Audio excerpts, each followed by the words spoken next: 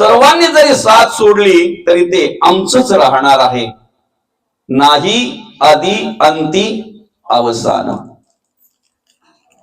आधी पण तोच आहे देव, माया नाही.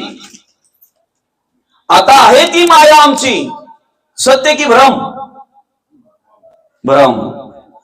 उद्या असणार अग्नी दिल्यानंतर एकट्याला जळावं लागतंय दादा, एकटा जळतो त्या ठिकाणी. जगी जास कोणी नाही त्यास देव आहे. सगळ्या गोष्टीला पर्याय आहे, सगळ्या गोष्टीला पर्याय आहे. आणि बऱ्याचशा गोष्टींमध्ये बदली माणूस चालतो. ऐकताय ना? आता त्या अनेक गोष्टी आहेत, मी सांगत नाही सगळ्याच, कारण आपल्याला पुढे पुढे जायचं आहे. ते विवरण आता तुम्ही करा घरी गेल्यानंतर, कुठे कुठे बदली माणूस चालतो. नाही का माऊली? मृत्यूला पर्याय आहे का? राजा असता मृत्यू आला, लक्ष कोटी कबूल झाला तरी सोडीना तयाला मृत्यू काही. पैसा तयार झालो आपण द्यायला त्याला, वजनाच्या एवढे पैसे देतो दादा, काय सांगेल तो? मृत्यूला पर्याय नाही, मृत्यूला बदली माणूस चालत नाही. चालतो नाही. म्हणून सांगू का, ज्या शिवाच्या आधारे जीव कार्य करतो ना, तो शिव आधीच कुठे आहे? स्मशानात आहे. शिवरात्र आहे ना उद्या, विसरले की काय? तो शिव आधीच स्मशानात आहे, आधीच स्मशानवाशी म्हटलेला आहे. पर्याय नाही ना, पर्याय नाही. आम्ही एवढं तरी स्मरणात ठेवलं पाहिजे की जन्म झालेला आहे, एक दिवस जायचं आहे. मध्ये सगळा जो पसारा मिळालेला आहे ना, तो वेळेवर आवरता आला पाहिजे. ज्यांनी आवरला ते धन्य झाले, ज्यांना आवडला ते गुंतले. जरा भाषा बघा, शब्द बघा. ज्यांना आवडला ते गुंतले आणि ज्यांनी आवरला ते सुटले, ते मुक्त झाले. म्हणून ह्या मायेच्या जाळामध्ये आम्हाला अडकायचं नाहीये. काळाची एवढी पडेल बा जेव्हा सोडविना, तेव्हा माय बाप सोडविना. बंधू पाठीची बहीण शेजीची कामीन दूर आहे. सोडविना राजा दिशीचा चौधरी आणि कसोयरी भरी भरी. म्हणून जगद्गुरु तुकोबा म्हणतात, यापैकी कोणीही सोडवू शकत नाही. मग कोण सोडवणार आहे? जीवाला सोडवायचा अधिकार फक्त त्या शिवाचा आहे, ज्याच्या गुणे जीव कार्य करतो. जीव गेला म्हणजे नक्की काय झालं? शिवाने हे घर सोडलं. शिव येतही नाही आणि जातही नाही. जसं एखाद्या माणसाने एखादा ड्रेस बदलला, कपडे बदलले म्हणजे माणूस बदलला का? तसं त्या शिवाला त्या देहाने, त्या शरीराने केलेल्या कर्माप्रमाणे पुढे गती आहे. आम्ही लिहितो स्वर्गवासी, कैलासवासी, वैकुंठवासी, नाही का? पण काय आहे ते शिवाला ना जीवालाच माहिती. दोघाच जणांना काय केलंय ते, बरोबर आहे की नाही? आमची अवस्था बदलली म्हणजे शरीर बदलत नाही. दुसऱ्या अध्यायामध्ये काहीतरी ती जाणीव करून दिलेली आहे आपल्याला. आम्ही लहानाचे तरुण झालो, अवस्था बदलली, शरीर बदललं का? तरुणाचे वृद्ध झालो, अवस्था बदलली, शरीर बदललं का? नाही. तसं एकदा काय अंतरात्मा निघून गेला, तो शिव निघून गेला. जीव जातो बरोबर आहे, शिव येतही नाही आणि जातही नाही. आपल्या कर्माप्रमाणे, आपल्या विचाराप्रमाणे, आमच्या गुणांप्रमाणे, आमच्या जगण्या वागण्याप्रमाणे त्याला पुढे गती आहे, त्याला पुढे गती आहे. मग तो शिव आहे कुठे बरं? जीवाच्या जवळच आहे ना, जीवाच्या जवळच आहे ना. आम्हाला दूरचं कळतंय, जवळचं कळत नाही, हे मोठं दुर्भाग्य आहे बरं का. दूरचं कळतंय, जवळचं नाही कळत, दुर्भाग्य आहे ना. आम्ही ज्या वेळेला इतरांकडे एक बोट दाखवतो ना, तो माणूस तसा आहे. आपल्याकडे किती असतात बरं? म्हणजे त्याच्यापेक्षा चारपट याचा विचार माणूस करतो. चौपट मी आहे बरं का. ह्या 5 बोटांमध्ये सगळ्यात खतरनाक बोट असेल ना, सगळ्यात खतरनाक बोट. कारण दुसऱ्याकडे बोट दाखवताना माणूस हा बोट करतो का, हा बोट करतो का? तो माणूस तसा आहे. वॉर्निंग देताना काय करतो तो? वॉर्निंग द्यायची असेल कोणाला, तू फक्त लक्षात ठेव, कुठला बोट करतोय बरं का. म्हणून साधू पुरुष ध्यानाला बसताना मेन अंगठ आहे, सगळं सामर्थ्य अंगठ्यामध्ये आहे, आणि जे अतिशय म्हणजे माणसाला लयाला नेणारा बोट आहे ना, त्याला ते असं दाबलं जात आहे, बरं का. म्हणून पितरांची कर्म करताना आम्ही कुठल्या बोटाचा वापर करतो बाबा? हे बोट त्या पद्धतीचं आहे, बरं का. ऐकताय ना? पितरांना जर गंध लावायचा आहे तर हा बोट, बरोबर आहे. स्वतःला जर गंध लावायचा आहे तर मधलं बोट, देवाला जर गंध लावायचा आहे तर अनामिका, याला तर्जनी म्हटलेलं आहे, याला मध्यमिका म्हटलेलं आहे, हे अनामिका, बरं का. आणि करंगलीचा तर काही सांगताच नाही. कधी दाखवतो माणूस करंगली? असू दे, चला ठीक आहे, हरकत नाही. महत्वाचं काय माहितीये का? आमच्या जवळ सगळं काय आहे, पण आम्ही शोधत नाही. आम्ही फक्त बोलतो, काय बोलतो? जणू देह ही पंढरी, आत्मा पांडुरंग. आम्ही स्वतःकडे पाहत नाही. कुठलीही गोष्ट म्हणायची पाहायची झाली तर आम्ही पहिले काय करतोय? दुसऱ्याकडे बोट दाखवतोय, बरं का. ज्ञानाचं लक्षण सांगताना सुद्धा स्वतःला पाहणं याला ज्ञान म्हणतात. दुसऱ्याने काय करावं, दुसऱ्याने कसं जगावं, दुसऱ्याने कसं वागावं, ह्यापेक्षा मी काय करायचंय, मला कसं वागायचंय, मला कसं जगायचंय ना, याला ज्ञान म्हणतात. नवे नवे त्याला आत्मज्ञान म्हणतात. काय म्हणतात? आत्मज्ञान. म्हणून शिवाला जर आम्हाला शोधायचं आहे ना, त्या देवाला जर आम्हाला शोधायचं आहे ना, तर आम्ही स्वतःपासून सुरुवात केली पाहिजे. आमच्या अंतःकरणापासून सुरुवात केली पाहिजे, आमच्या अंतःकरणापासून. तीर्थक्षेत्रीचा देव नंतर आहे, मंदिरातला देव नंतर आहे, आड्यापाड्यावर असेल नंतर आहे. घरी तुम्ही संकल्प केला काय? राहटोलीमध्ये आज उत्तर कार्य आहे, शेळके परिवाराकडे जायचं आहे, घरी संकल्प केला, मग चला लवकर जाऊया, प्रवचन श्रवण झालं पाहिजे. अंतरात्म्याने जर इथपर्यंत आणलंच नसतं तर हे श्रवण झालं असतं आपल्याला. आपल्या देवाने जर आपल्या अंतःकरणामध्ये जो कार्य करतोय, आपल्या देहामध्ये जो कार्य करतोय, त्याने जर इथपर्यंत आणलंच नसतं तर आपल्याला श्रवण झालं असतं का? आपण इथपर्यंत आलो असतो का? आपण इथपर्यंत यायचं लांब गेलं, त्याने जर आपल्या शरीराची साथ सोडली असती ना, तर इथली निम्मे माणसं आपल्याकडे आली असती. काय बरं, मग तो आहे कुठे? एका मंदिराच्या बाजूला लहानपणापासून एक भिकारी राहत होता. म्हणजे तिथेच बसायचा, तिथेच भिक्षा मागायचा लहानपणापासून. अगदी अगदी अगदी 7-8 वर्षाचा असेपासून तो त्या ठिकाणी भीक मागायचा. तारुण्यातही त्याने तेच केलं. वृद्धापकाळाला तिथेच, जागा तीच, उद्योग तोच आपला. भीक मागून आणि जे काही असेल त्याच्यावर तो उदरनिर्वाह करायचा. शेवटी काही कालांतराने वृद्धापकाळाने त्याला मृत्यू आला, मेला. सगळ्यांनी ठरवलं गावातली काही वेळेला मंदिरात यायची नाही यायची. आपण सगळे सारखेच आहेत काय, पण हा म्हणे कधीही चुकला नाही मंदिरात यायचा. बरे भिक्षा मागण्याच्या निमित्तानं काय नव्हे ना, आपण पहिले जाणार, देवाचं दर्शन घेणार आणि मग त्याच्या तो धंद्याला सुरुवात करणार.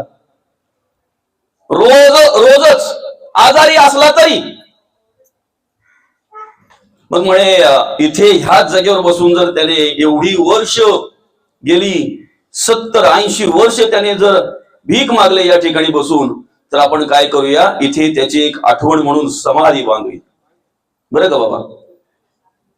आणि मरणोत्तर खोदायला सुरुवात केली. तो मेलेला आहे. खोदायला सुरुवात केल्यानंतर ज्या जागेवर बसून त्यांनी आयुष्यभर भीक मागली ना, ती जागा फक्त 3च फूट खोदली, धनाचा हंडा सापडला. म्हणजे त्याच्या आयुष्यामध्ये तो धनाच्या हांड्यावर बसून भीक मागत होता, त्याला माहित नाही. आमची अवस्था तीच आहे. देवाचं सामर्थ्य नसेल तर आमच्या डोळ्याची पापणी सुद्धा आणू शकत नाही. वृक्षाचे ही पान हाय त्याची सत्ता राहिली अहंता मग कोठे, सारे हे शरीर कुणाचे सत्य, कोण बोलविते हरिवीणा. डोळ्याची पापणी सुद्धा ज्या देवाच्या सत्तेने हलते ना, जो देव आम्हाला सामर्थ्य देतो ना, तो देव आमच्या जवळ आहे, अंतःकरणामध्ये आहे, आमच्या शरीरात आहे, आमच्या देहामध्ये राहून चैतन्य ब्रह्म म्हणून कार्य करतोय, साक्षी ब्रह्म म्हणून कार्य करतोय, निर्गुण स्थितीत आत्मा म्हणून आमची सेवा करतोय तो देव. आम्हाला माहिती नाही, आम्हाला त्याची जाणीव नाही. आम्ही काय करतोय? भगवंत मूर्तिकार आहे. कशा मूर्त्या बनवल्यात बघा देवाने. घटाघटाचे रूप आगळे, प्रत्येकाची दैव वेगळी. काय आमच्या आयुष्याचा धागा ज्याने विणलेला आहे ना, कशा प्रकारे विणलाय बघा. कुणाला दिसले त्रिखंडात या हात विणकऱ्याचे. धागा दिसतोय, वस्त्र दिसतंय, वस्त्र दिसतंय, विणकर दिसत नाही. मडका दिसतोय, कुंभार दिसत नाही. माती जीव की आधी शिव? आधी कुंभार दादा की मडक? आधी कुंभार दादा ना, मग मडक ना. आईच्या गर्भातही या देहाची निर्मिती होत असताना, या शरीराची निर्मिती होत असताना आधी भगवंत आला, आधी देव आला. आधी देव आहे, नंतर शरीर आहे. आधी शिव आहे, नंतर जीव आहे. जीवाने शिवाची जर ओळख घ्यायची असेल तर कधीतरी आम्ही ज्या जागेवर बसलोय ना, त्या जागेवर शोधा. आयुष्य गेलं बिचाऱ्याचं भीक मागून, पण जरा पण त्यांनी स्वतः ज्या जागेवर बसायचा त्या जागेवर कधी शोधला नाही ना, कधीच शोधला नाही. भेटला असता त्याला धनाचा अंडा. धनाचा अंडा म्हणजे काय? ज्यासाठी, ज्या सामर्थ्यासाठी आम्ही इकडे तिकडे धडपडतोय ना, इकडे तिकडे जातोय ना, कधीतरी स्वतःला शोधा. मग कळेल कुठे शोधीशी रामेश्वर आणि कुठे शोधीशी काशी. त्याच्या पलीकडे सांगू का? मग आम्हाला वेदाचा महावाक्याची ओळख झाल्याशिवाय राहणार नाही. अहम ब्रह्मास्मी. काय? वेदाच्या महावाक्याची ओळख झाल्याशिवाय राहणार नाही. तत्त्वमसि, तत्त्वमसि. ज्या वेळेला आम्हाला ही प्रचिती येते ना, अहम ब्रह्मास्मी तत्त्वमसि, त्या वेळेला त्या पद्धतीने कार्य करत असताना आमच्याकडे जी बुद्धी उत्पन्न होते ना, ती बुद्धी कशा प्रकारे कार्य करते? सर्वं खल्विदं ब्रह्मा विष्णुमये जग वैष्णवांचा धर्म. सगळा भेदाभेद नष्ट झालेला असतो, भेदाभेद नष्ट झालेला असतो. आहे की नाही? आम्ही विभागलो गेलोय जातीमध्ये. सगळ्यात मोठी कीड जर आमच्यामध्ये कुठली असेल तर ती जातीची, भेद निर्माण करणारी. ऐकताय ना? एकाच बापाची 4 लेकरं. बाबा मोठा जरा हुशार होता, ज्ञानी होता, एकदाच वाचलं की लक्षात राहायचं म्हणून त्याला पुस्तकं दिली. शिक बाबा. दुसरा जरा धडधाकट होता, लात मारीन तिथं पाणी गाडीन, बरं का, त्याला ते काम दिलं. तिसरा असा होता की ज्याला केस नाही ना, त्या माणसाला पण कंगवा विकण्याची बुद्धी त्याच्याकडे होती. समजतंय? त्याला ते काम दिलं. आणि चौथा बारीक असल्यामुळे जे पडेल ते काम त्याला. एकाच बापाची 4 लेकरं. सुरुवातीला अशीच काम करत होती, नंतर जातीमध्ये विभागणी केली. कोणी केली? केली कोणी? आता ते पण तुम्हाला सांगायला पाहिजे का? एकांतात भेटा, मग सांगतो तुम्हाला. आणि आज आम्ही कशात अडकलोय? आज अडकलोय कशात आम्ही? ब्राह्मण, क्षत्रिय, वैश्य, शूद्र. अरे जरा तुकोबा वाचा, ज्ञानोबा वाचा, मग तुम्हाला कळेल या ठिकाणी कोण आहे ते. भेद नष्ट केला तुकोबांनी, नष्ट केला भेद. माऊलींनी भेद नष्ट केला आणि तो प्रयत्न केला म्हणून विरोध झाला. ऐका व्यवस्थित, डोळे उघडून कान उघडे देऊन ऐका जरा. विरोध केला लोकांनी का? तो भेद नष्ट करण्याचं काम जगद्गुरु तुकोबांनी केला. माऊली ज्ञानोबांनी तो भेद नष्ट करण्याचं काम केलं. कारण विष्णुमय जग वैष्णवांचा धर्म. अरे आमचे शांती ब्रह्मनाथ महाराज काशीशी आणलेली गंगा जर गाढवाला पाजत असतील तर कमीत कमी आम्हाला माणसाला तरी पाजण्याची सद्बुद्धी निर्माण झाली पाहिजे ना. तिथे जर आमची जात आडवी येत असेल तर अजून आम्हाला परमार्थ कळला का बरं? कळला. आणि म्हणून शिव सर्वत्र एक आहे. सर्वाघटी राम. काय वेगळं आहे का? काय स्त्रीच्या आतमध्ये आत्मी आणि पुरुषाच्या आतमध्ये आत्मा असा काय आहे का? भेद आमच्याकडे आला. हा भेद सुद्धा संतांनी नष्ट केला माऊली. जो स्त्री पुरुष भेद जातीचा लांबच गेला. जातीचा विषय लांबच गेला. भेदाभेद भ्रमा मंगळ हा भेद सुद्धा संतांनी नष्ट केलेला आहे. ज्या दिवशी आमच्या अंतःकरणातला हा भेद नष्ट होईल ना त्या दिवशी आम्हाला शिवाची ओळख झाल्याशिवाय राहणार नाही. शिवाचं कार्य आमच्याकडून झाल्याशिवाय राहणार नाही. पुढे चला. काय दुसरा सगळ्यात मोठा भ्रम जर असेल आमच्या अंतःकरणामध्ये भेद जर असेल तर परमार्थात असताना संप्रदायाचा भेद. बरं का? स्वतःला परमार्थिक समजायचा आणि भेद कसला करायचा? संप्रदायाचा. म्हणून तर आज बरेच महाराज जे विभागले गेलेत ना माऊली, तो आमचा, तो त्यांचा, ह्यो यांचा. जगद्गुरु तुकोबांनी चैतन्य संप्रदायामध्ये कार्य केलं. मौली ज्ञानोबांनी नाथ संप्रदायामध्ये कार्य केलं. शांतीब्रह्म नाथ महाराजांनी दत्त संप्रदायामध्ये कार्य केलं. भेद कुठं दिसतो का तुम्हाला? ज्या वेळेला अनेक संप्रदायाची मंडळी एकत्र येऊन भेद नष्ट होऊन एकमेकाच्या पायाला लागतात ना त्याला वारकरी म्हणतात. त्याला वैष्णव म्हणतात, त्याला वारकरी म्हणतात. जर भेद तुमच्या अंतःकरणामध्ये अजून असेल ना, आमचा श्रेष्ठ त्यांचा कनिष्ठ, त्यांचा श्रेष्ठ आमचा कनिष्ठ, भेद जर आमच्या अंतःकरणामध्ये असेल, अजून जर आमच्या मनामध्ये भेद असेल संप्रदायाविषयी, तर ऐका, आमच्याकडून धर्म कार्य घडणार नाही, देव कार्य घडणार नाही. याचं स्मरण ठेवलं पाहिजे.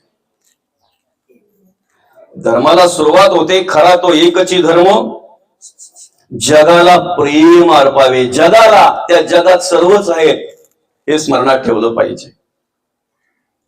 जो जीव ज्या शिवाचा आहे ना त्या शिवाकडे जर आम्ही बघितलं तर त्या शिवाचं स्तवन करत असताना जगद्गुरु तुकोबा म्हणतात, काय म्हणतात? समचरण दृष्टी विटेवरी साजिरी. त्याने भेद केलाय आमच्यात. आपला विषय काय होता बघा?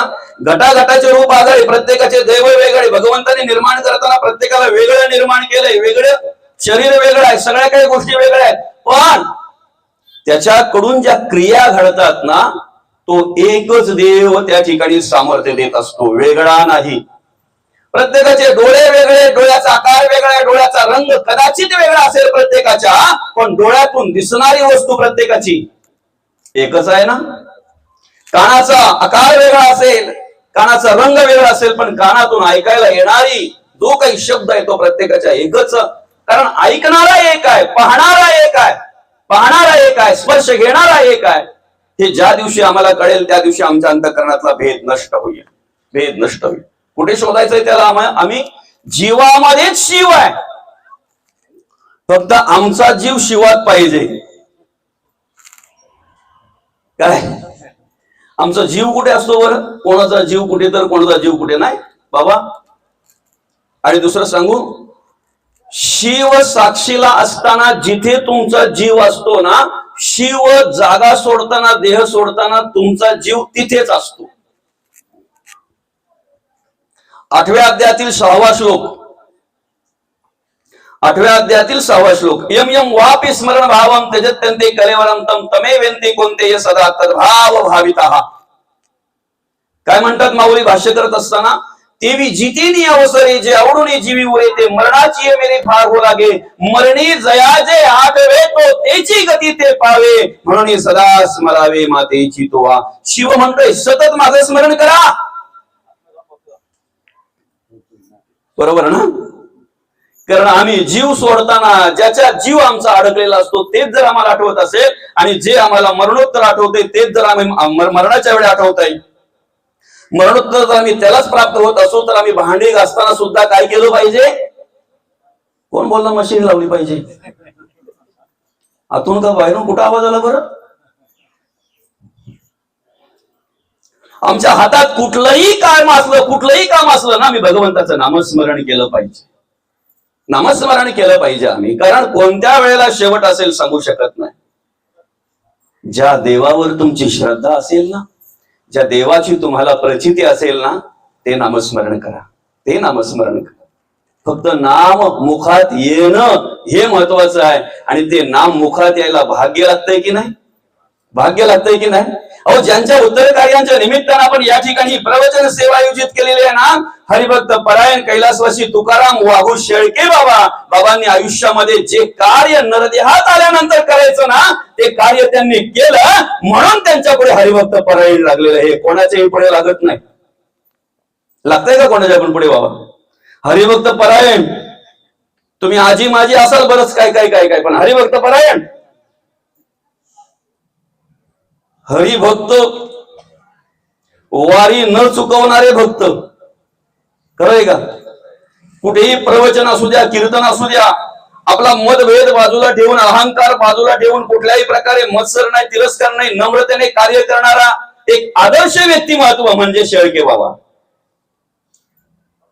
आणि शास्त्रामध्ये सांगत असताना असं म्हटलेलं आहे, न अन्नोदक समदानम न तिथोद्वादशा समहा न गायत्री परमंत्रो न मातृ पितृ परदेवता. पितृ मी लावलं बरं का, लावलंच पाहिजे. मातृपर देवता आणि पितृ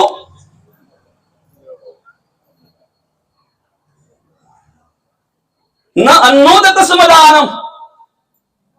अन्नदान करण्याचं काम त्यांनी केलेलं आहे बाबांनी, बरं का. आणि म्हणून आज द्वादशीच्या दिनानिमित्त या ठिकाणी त्यांच्या मरणोत्तर खऱ्या अर्थानं अन्नदान होत आहे, अन्नक्षेत्र होत आहे, बरं का. असो, महत्वाचा विषय काय आहे? देवाचं कार्य केलं, धर्माचं कार्य केलं, देवाचं नामस्मरण केलं, देवाच्या नामामध्ये तल्लीन झाले, मस्त की नाही. आणि त्यातल्या त्यात मी या शेळके परिवारातील बाबांचा मुलगा असेल, सून असेल, भाऊ असतील, मुली असतील बाबांच्या, यांना या ठिकाणी या प्रवचनाच्या निमित्तानं त्यांच्या चरणी नतमस्तक होऊन धन्यवाद देऊ इच्छितो. कारण गेली 25 वर्षापूर्वी या मुलांचं मातृक्षेत्र हरपलं. बरोबर ना बाबा? 20-25 वर्षापूर्वी या मुलांचं मातृक्षेत्र हरपलं.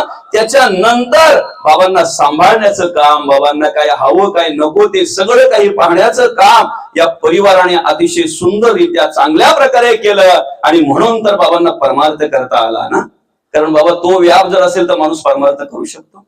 नाही करू शकत. देवाचं कार्य करू शकतो? नाही करू शकत. आणि म्हणून मी पुन्हा एकदा या शेळके परिवाराला, त्यांच्या बाबांच्या सुनेला, मुलाला, त्याचप्रमाणे मुलींना, परिवाराला, भावांना, पुतण्यांना, सगळ्यांना मी धन्यवाद देऊ इच्छितो. कारण जोपर्यंत माणसं आहेत ना, तोपर्यंत आपण सांभाळली पाहिजे, नाही का? सांभाळली पाहिजेत आपण. आणि खऱ्या अर्थानं नरदेह मिळाल्यानंतर जे करायचं आहे ते कार्य बाबांनी केलं, बाबांकडून घडलं, बरं का. मग आम्ही काय केलं पाहिजे? आपला पहिला महत्वाचा विषय काय आहे? शिव असतानाच जीवानी शिवाचं व्हायचं आहे. मी कोणाचा? आमच्या आयुष्यामध्ये दोन गोष्टी महत्वाच्या आहेत आणि दोन गोष्टींचा शोध आम्ही घेतलाच पाहिजे आयुष्यामध्ये. मी कोण आणि देव कोण. आता देव कोण हे आपल्याला लगेच कळेल, एका प्रवचनातून कळेल, कारण देव बदलत नाही. देव बदलतोय? देव बदलत नाही. देवाचा अवतार बदलला असेल, अवतार कार्य बदलला असेल, देव तोच आहे. यदा यदा हि धर्मस्य भवति भारताना अभ्युत्थान धर्मस्य तदात्मनं सृजाम्यहं परित्राणाय साधूनां विनाशाय च दुष्कृतः धर्म संस्थापनार्थाय संभवामि युगे युगे. देव बदलत नाही. अवतार बदलला असेल देवाचा, अवतार कार्य बदलला असेल, देव तोच आहे, देव तेच आहेत. आता जर आपल्याकडे येऊ, माणूस बदलतो का बरं? माणूस बदलतो का? अहो, दिवसाला 4 रूप घेतो एक माणूस. सकाळी एक, दुपारी एक, संध्याकाळी एक, रात्री भलताच बदलतो. म्हणून आम्ही त्याची ओळख घ्यायची. मी कोण? अहम ब्रह्मास्मि तत्वमसि अयम आत्मन ब्रह्म प्रज्ञानाम ब्रह्म. मी कोण याचा करावा विचार, म्हणे ज्ञानदेव निवृत्तीचा. मी कोण याचा करावा विचार. मी कोण आहे, मी कोणाचा आहे, मी कुठून आलेलो आहे. बोधले महाराज म्हणतात, आलासी कोठोणी जासी कवण्यारे ठाया, घरदार नव्हे तुझे अवघी लटकीच माया. सावध होई बापा काळ लागला मापा, प्रपंच गुंत नको पाय बुडत असे पापा. आमची 9 वर्षाची मुक्ताई 1400 वर्ष कार्य करणाऱ्या चांगदेव महाराजांना उपदेश करते, आणि 9 वर्षाची मुक्ताई 1400 वर्ष कार्य करणाऱ्या चांगदेव महाराजांना उपदेश करत असताना म्हणते, उलट उलट माघार गडी या फिरगोटे खासी, भरला पूर मायेचा लोंढा वाहून या जासी. हे भव नदीचे पाणी रे गड्या मोठ ओढीते, आणि भल्या भल्या पवनारांस उलथून पाडीते. बरं का, हे भव नदीचे पाणी रे गड्या मोठ ओढीते, आणि भल्या भल्या पोहणारास उलथून पाडीते. किती पोहणारे गेले भले भले, 1400 वर्ष तपश्चर्या केली. बरं का, योगाच्या आधारे सिंहावर वाघावर आरूढ झाले, हातामध्ये सापाचा चाबूकही घेतला.